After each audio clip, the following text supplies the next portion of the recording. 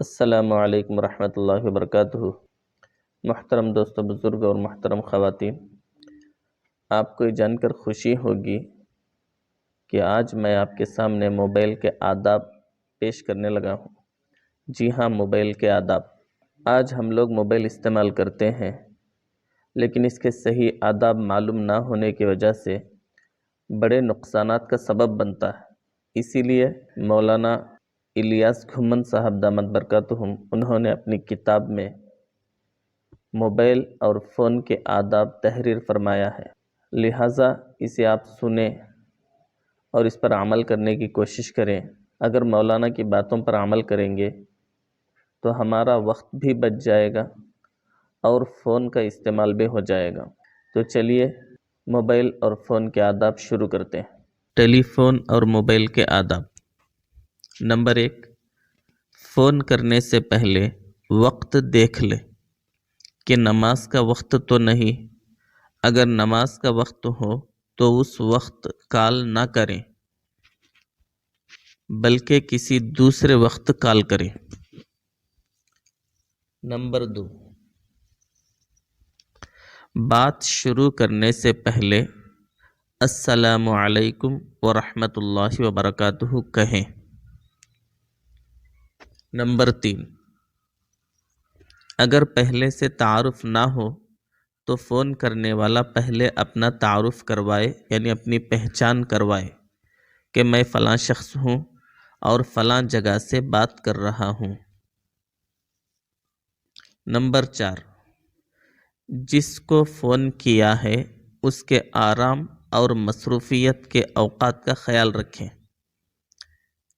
اگر آرام یا مصروفیت کے اوقات معلوم نہ ہوں تو بات کرنے سے پہلے پوچھ لیں کہ کیا میں اس وقت بات کر سکتا ہوں۔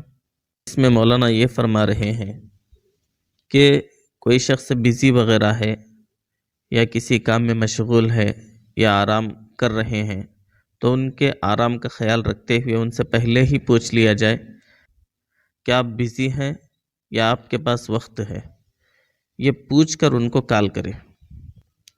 نمبر 5، اس انداز سے بات کریں کہ سامنے والے کو سمجھنے میں دشواری نہ ہو، یعنی مشکل نہ ہو، یعنی ٹھہر ٹھہر کر گفتگو کریں، یعنی ٹھہر ٹھہر کر بات کریں۔ اسی طرح اس بات کا بھی دھیان رکھیں کہ سگنل کم ہونے کی وجہ سے دوسری طرف والے کو بات سمجھنے میں دشواری نہ ہو، یعنی مشکل نہ ہو۔ نمبر 6، اگر لمبی بات کرنی ہو تو بھی پہلے اجازت لے لیں کہ فلاں سلسلے میں بات کرنی ہے یا اتنی دیر بات کرنی ہے۔ البتہ اگر پہلے سے بات ہوئی ہو کہ فلاں وقت اس سلسلے میں رابطہ ہوگا تو یہ اجازت بھی کافی ہے۔ نمبر 7، اگر سامنے والا مصروفیت بتائے اور بعد میں بات کرنے کو کہے تو اس کا برا نہیں ماننا چاہیے۔ نمبر 8، بلا مقصد اور غیر ضروری گفتگو سے احتراز کریں، یعنی غیر ضروری بات کرنے سے بچیں۔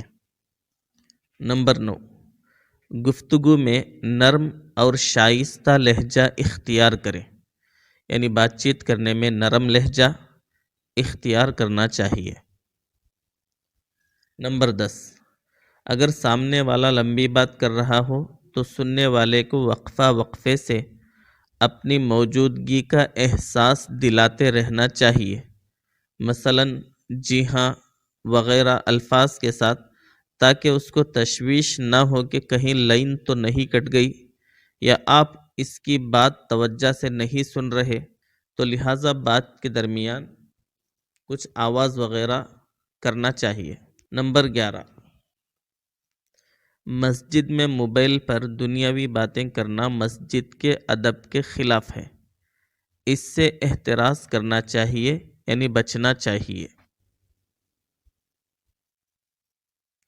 نمبر 12، اگر کسی محفل یا مجلس میں کال آ جائے تو ایک طرف ہو کر یا آہستہ آواز میں بات کرنی چاہیے تاکہ دوسروں کی پریشانی کا باعث نہ بنے، یعنی دوسروں کو پریشانی نہ ہو۔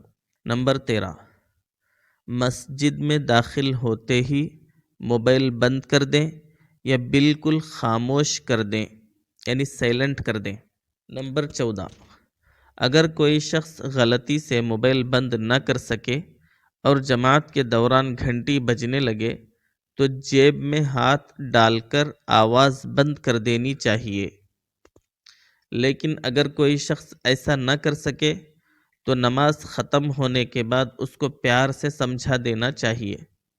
لیکن سب نمازیوں کا اس کو گھور گھور کر دیکھنا یا اس کو زور سے سب کے سامنے ڈانٹنا، اس کی تذلیل کرنا یعنی اس کو ذلیل کرنا، اس کی بے عزتی کرنا یا حقارت آمیز رویہ اختیار کرنا اسلامی تعلیمات کے خلاف ہے۔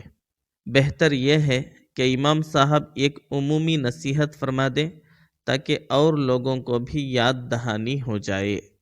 یعنی اگر کسی کی نماز کے دوران گھنٹی بجی اور اس کو نماز کے بعد گھر گھر کے دیکھ رہے ہیں یا برا بھلا بول رہے ہیں تو اس سے منع کیا گیا ہے، کیونکہ وہ بھی تو انسان ہے، بھول گیا ہوگا، تو لہٰذا اس کو ذلیل نہیں کرنا چاہیے، اس کی بے عزتی نہیں کرنی چاہیے، بلکہ اس کو پیار سے سمجھا دینا چاہیے۔ اس کا خاص خیال رکھیں۔ نمبر 15، اگر کال ریکارڈ کرنی ہو تو سامنے والے کو اس کی اطلاع دیں، یعنی اس کو معلوم کرائیں۔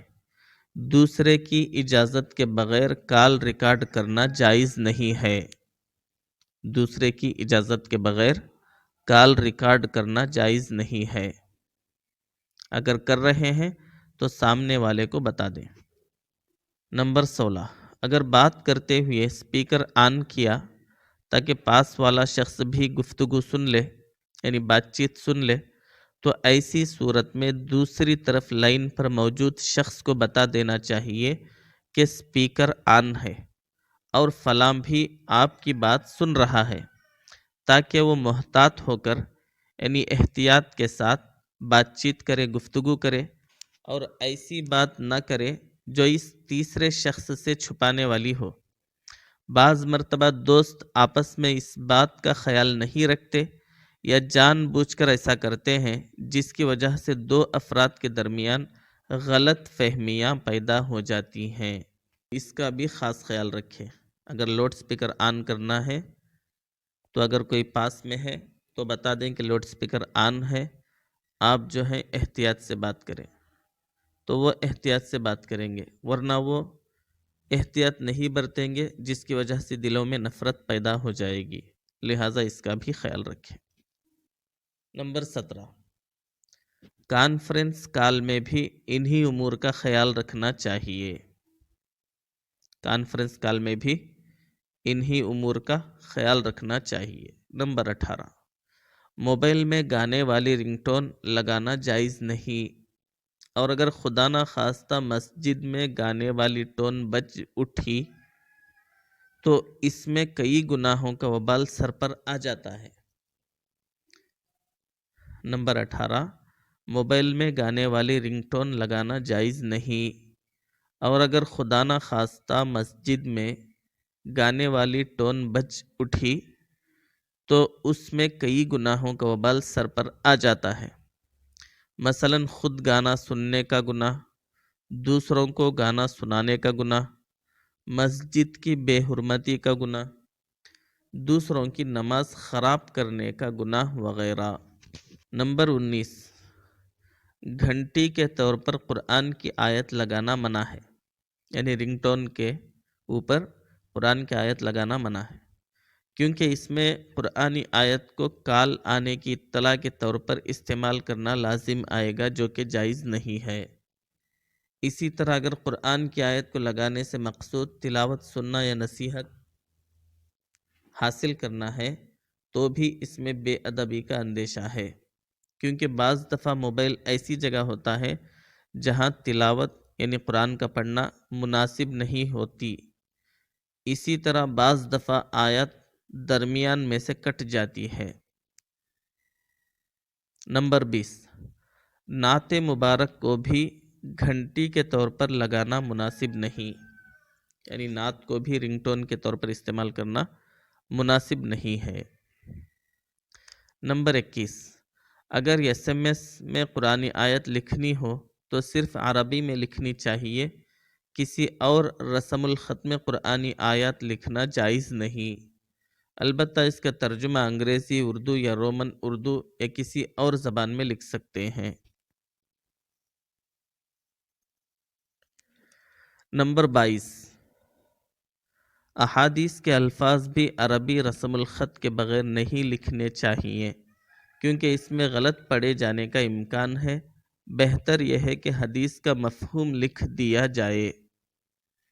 نمبر 23، احادیث پر مشتمل ایس ایم ایس بغیر تحقیق کے نہیں لکھنا چاہیے، اور نہ ہی ایسے میسیج کو آگے فارورڈ کرنا چاہیے، بلکہ پہلے تحقیق کرنی چاہیے کہ یہ واقعتاً حدیث ہے یا نہیں۔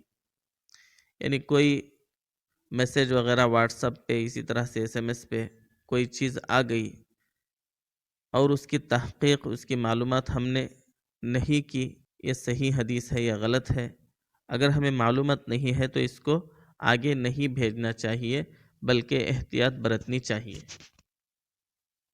اگر آپ اس کو معلومات کر لیں کہ یہ حدیث صحیح ہے یا نہیں، پھر معلوم ہونے کے بعد جو ہے اس کو سینڈ کریں، اس کو بھیجیں، ورنہ بھیجنے سے بچنا چاہیے۔ نمبر 24، قرآنی آیت یا احادیث پر مشتمل میسیج کو پڑھنے کے بعد ڈیلیٹ کرنے میں کوئی حرج نہیں ہے۔ انہیں ڈیلیٹ کرنے کی اجازت ہے، اس میں گناہ بھی نہیں ہے۔ نمبر 25، کسی کو کال کی جائے اور وہ نہ اٹھائے تو بار بار تنگ نہ کیا جائے، بلکہ اتنا وقفہ کیا جائے جس میں 4 رکعات ادا کی جا سکتی ہوں۔ یعنی بار بار کسی کو تنگ نہیں کرنا چاہیے۔